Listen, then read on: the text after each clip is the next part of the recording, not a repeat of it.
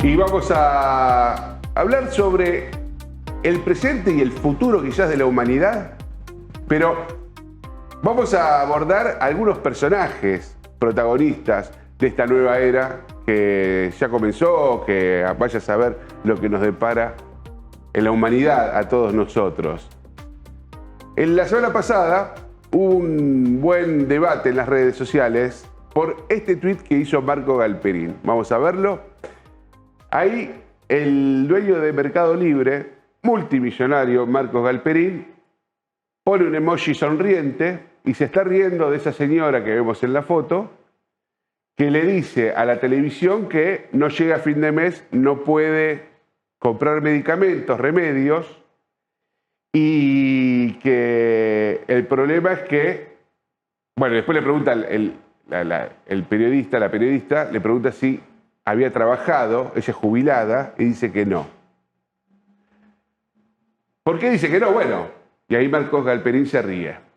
El segundo tuit de Marcos Galperín, para explicar su jocosidad, dice: si no trabajaste nunca en tu vida y tenés más de 65 años, no sos jubilado. La jubilación sale de un porcentaje del sueldo que le sacan a los que sí trabajaron y aportaron. Tiene razón el concepto quizá técnico de lo que es una jubilación, pero aparte está la política, porque si decimos que Marcos Galperín es emprendedor, tendríamos que decir que hay que ver si es emprendedor, si recibió una herencia importante de sus viejos, qué sé yo, y no termina siendo un nepo baby. Bueno, en eso estamos, en tipos con muchos, muy millonarios, que se pelean con viejas en Twitter, que no, ni debe tener Twitter la vieja esa. ¿Qué tal? ¿Cómo va? Luka Paulinovich, ¿cómo andás? Un gusto estar acá. Un gusto estar acá. En eso estamos hablando de multimillonarios, Twitter, no es la serie, no sé. Sí, hay también una lógica propia del Twitter o de X, que es la del porongueo permanente, y Galperín lo entiende muy bien. Y me parece que esa búsqueda de estar permanentemente en el filo de la provocación es lo que genera circulación, lo que genera repercusión y lo que termina siendo lo que garpa en Twitter. Después, bueno, obviamente siempre... ¿Necesita eso? Yo creo que sí, pero por una cuestión casi de entretenimiento, me parece a mí. Además de que es una figura que, como todas las que están en el mundo del jet set, vive de la exposición y esto le genera que se hable de él. Me parece que él debe disfrutar que se hable y de acumular haters, ¿no? Me parece que tiene una característica en ese estilo, y sabe muy bien también que en Argentina hay también mucha facilidad para aprovechar las oportunidades que sirvan para pegarle al multimillonario, ¿no? Hay un fuerte rechazo hacia el mega rico que, bueno, ante cualquier oportunidad, y esto se vio, me parece a mí, en las repercusiones también, en lo cual el foco de la respuesta estaba puesto en Galperín, que es un megamillonario, que es desde megamillonario hasta inútil, sospechando de sus capacidades, fueron la constante, ¿no? Me parece que en ese juego entre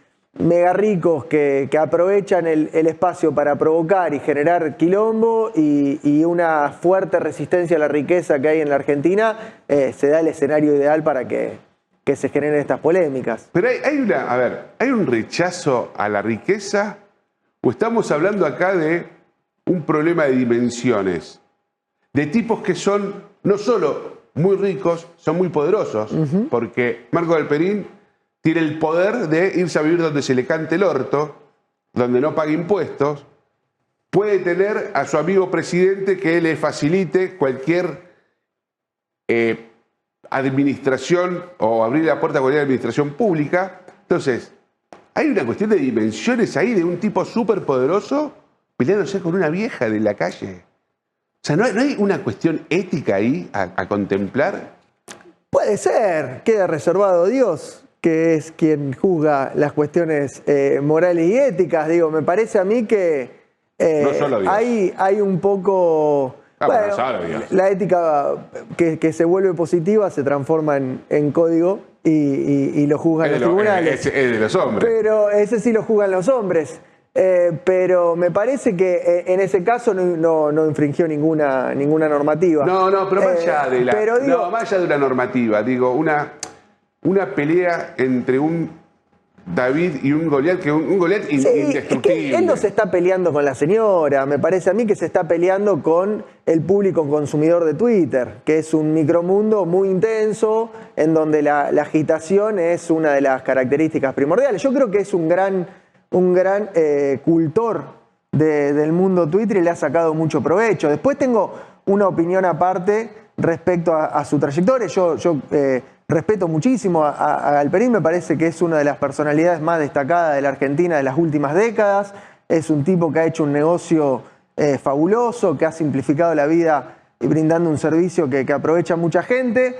Si lo hizo con los ahorros acumulados de la talabartería o no, me parece que también hay una virtud en saber aprovechar las herencias. Por supuesto. Creo que es muy importante que existan las herencias. Yo la trayectoria de Galperín, más que como un cuestionamiento a su carácter de Nepo Baby, que lo es, me parece que debería estar orgulloso de serlo.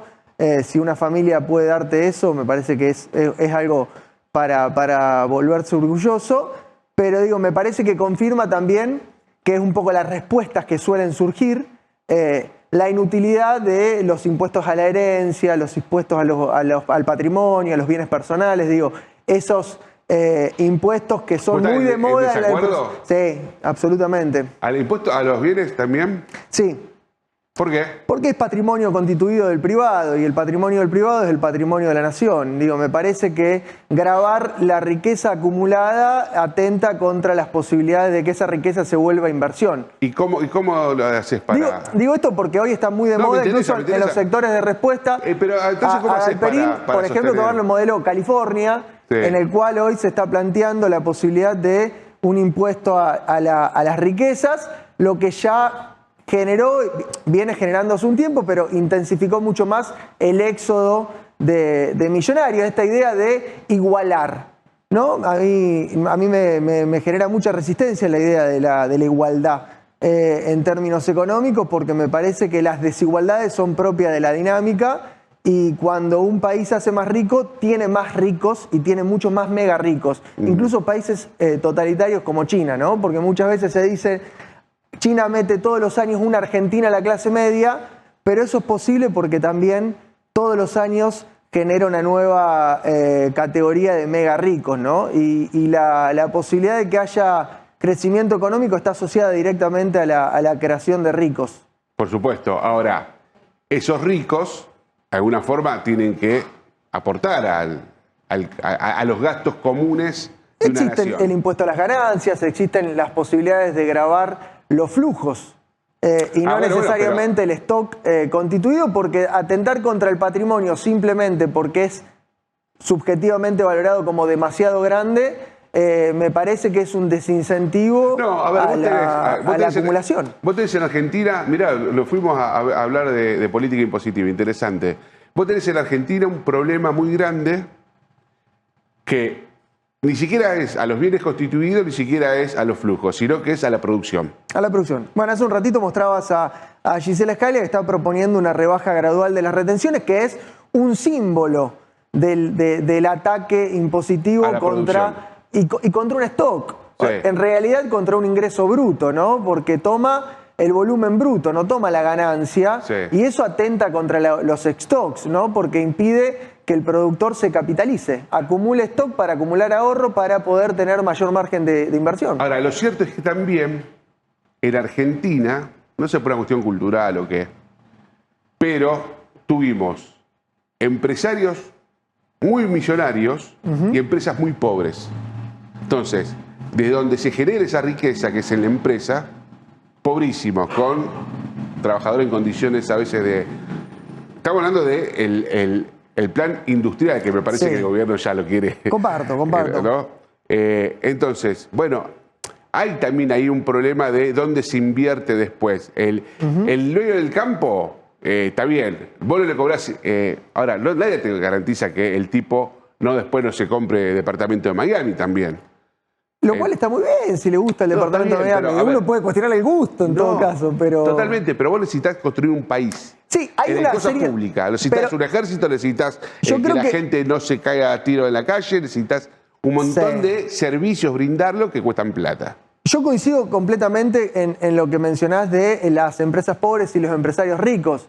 Creo que eso tiene mucho que ver con los incentivos, ¿no? Porque hubo una serie de políticas anti-inversión de todos los gobiernos, incluso los gobiernos en los que se esperaba que promueva la inversión, como fue, por ejemplo, el gobierno de Mauricio Macri, en el cual también se atacó por la necesidad de saciar las obligaciones que el Estado se autoimpuso durante mucho tiempo, ¿no? El Estado se fue cargando de responsabilidades sociales en el más amplio sentido, lo cual generó necesidad de financiamiento, y eso hizo que el Estado debiera buscar recursos permanentemente.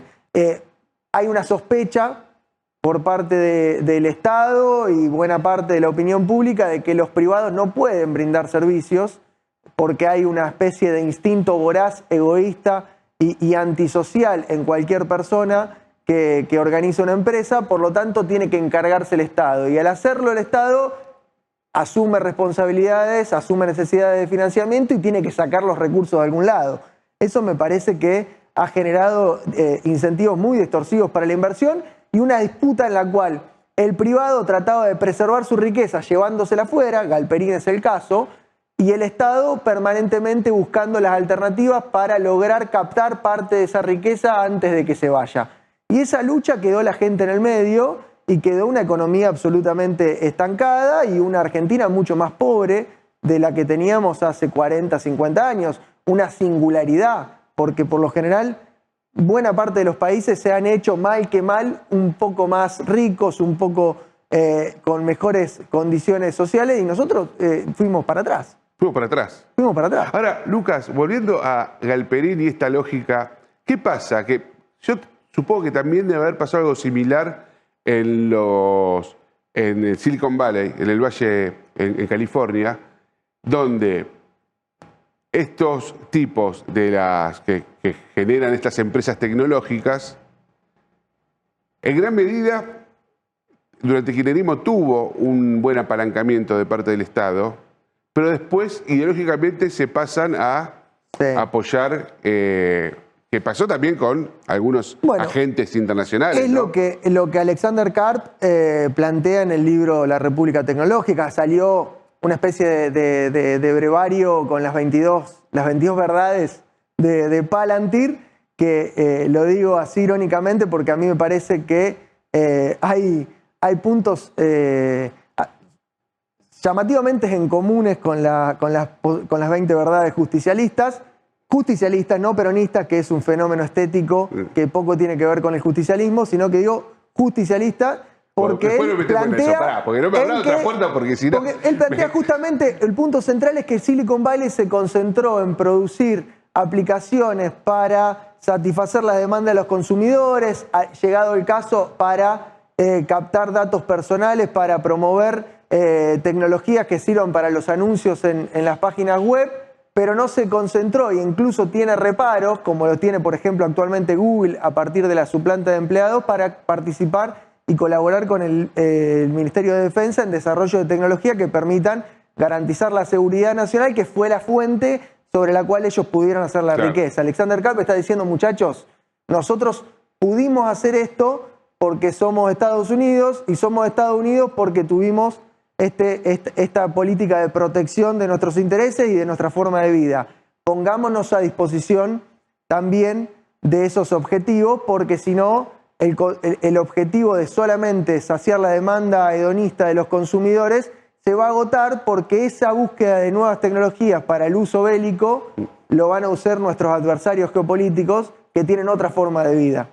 Y bueno, y ahí choca en un nuevo debate, que es, bueno, ¿cuál es el lugar de los estados? Sí. ¿Cuál es el lugar de un caso muy particular para nosotros, digo Santa Fe. A ver. Hace muy poquito se firmaron los acuerdos de Isaac entre la Argentina e Israel. Esto genera un rechazo natural por la propia lógica anti-Israel que hay muy difundida, pero yo creo que es una suerte de mini vaca muerta para Santa Fe. Porque Nosotros tenemos condiciones geográficas, de capital humano, de base tecnológica instalada para poder aprovechar, como ninguna otra provincia en la Argentina, la transferencia de tecnología, las inversiones en empresas para desarrollos tecnológicos, la creación de laboratorios para innovación de tecnología aplicada a la seguridad, porque además tenemos un campo de aplicación directo. Claro. El lugar geoestratégico que tiene Santa Fe se completa con la posición de relevancia en la seguridad nacional que tiene Santa Fe a partir de Hidrovía su presencia en la hidrovía y el conflicto con la crisis de seguridad. Por lo tanto, es una enorme posibilidad para Santa Fe y fundamentalmente para Rosario, porque esa es una gran fuente de inversiones, porque estamos hablando de asociarnos con los mejores. Más allá de que a uno le guste o no el gobierno de turno de Israel, nosotros tenemos una tradición de hermandad con Israel. Perón fue uno de los pocos que lo apoyó la creación del Estado, tiene una plaza, un reconocimiento en la propia Jerusalén, y tenemos una enormísima comunidad judía en la Argentina. ¿Por qué no asociarnos con los mejores para nosotros poder tener la mejor tecnología también, además de resolver uno de los problemas más acuciantes que tenemos? Bueno, Israel acaba de cometer un genocidio. Bueno, Israel está dentro de un conflicto que de larga data en el cual ha cometido atrocidades. Yo no sé si se usa la palabra. Lo que pasó en Gaza fue, digo porque más allá, a ver. Es estremecedor, pero también es cierto que hay una gran complejidad que muchas veces se muestra solo como una suerte de iniciativa destructiva de Israel sobre Gaza, cuando en realidad hay un conflicto de larga data que tiene otros actores. Muy poco se cuestiona el rol de Siria en la persecución y eliminación de palestinos. Muy poco se habla de las invasiones de Jordania y Egipto, que fueron los que realmente ocuparon esos territorios de Cisjordania y Gaza.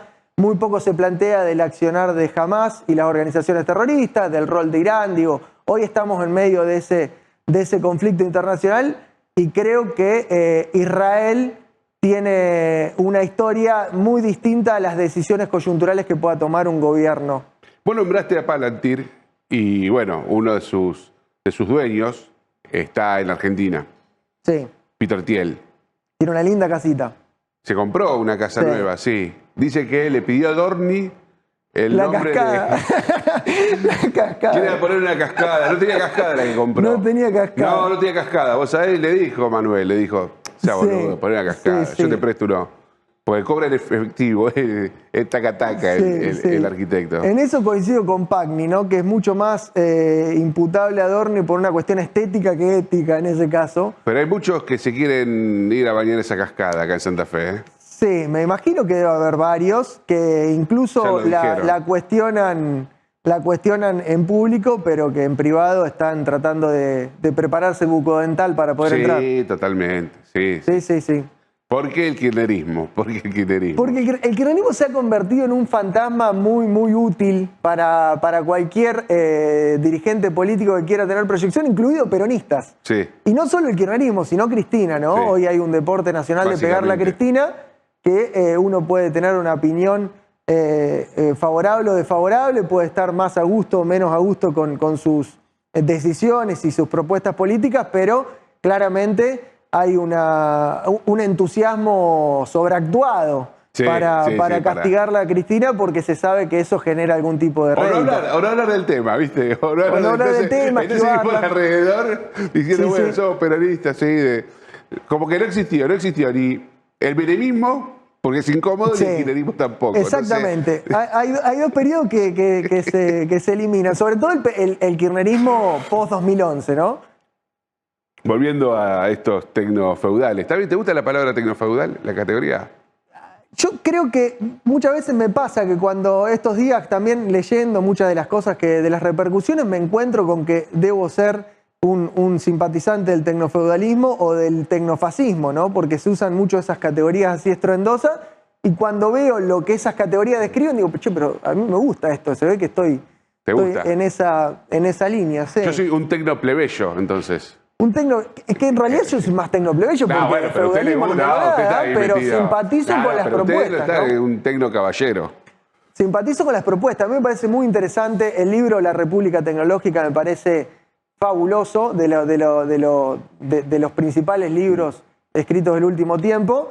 Y me parece muy interesante la propuesta que tienen Peter Thiel y compañía, que es distinta a la de algunos otros magnates. Hoy, bueno, estamos en medio de una disputa judicial entre Sam Altman y Elon Musk, a partir de OpenAI, que es también muy curioso porque era una fundación, después la fundación hizo un vehículo para que ingrese Microsoft y de golpe se transformó en otra cosa. Elon Musk dice, che, muchachos, acá me dejaron afuera, se perdieron la chance de que yo los apoye para hacer algo en serio.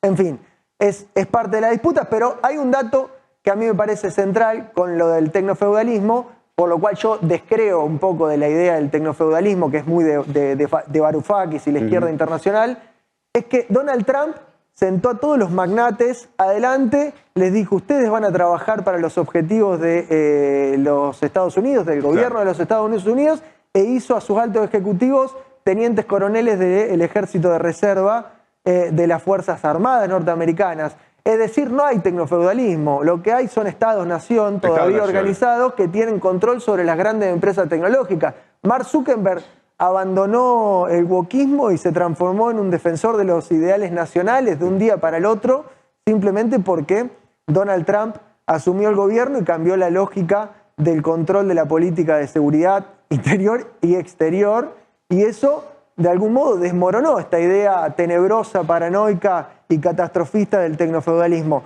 No es ingenua, a mí me parece que tiene mucha lógica dentro de la mente de Varoufakis, que es un poco el pilar intelectual de un sector de la izquierda internacional que es promotor de estas ideas de los impuestos a la riqueza, porque, claro, si estos son los jinetes del apocalipsis, vayamos a tomarle un poco de riqueza para debilitarlos y aprovechar con eso para hacer algo que nos permita subsistir un poquito más de tiempo. Vamos, ¿te parece si lo incorporamos a la conversación a Hernán Manoli, que es un sociólogo, es escritor también? Porque va a tener otra visión distinta a la tuya.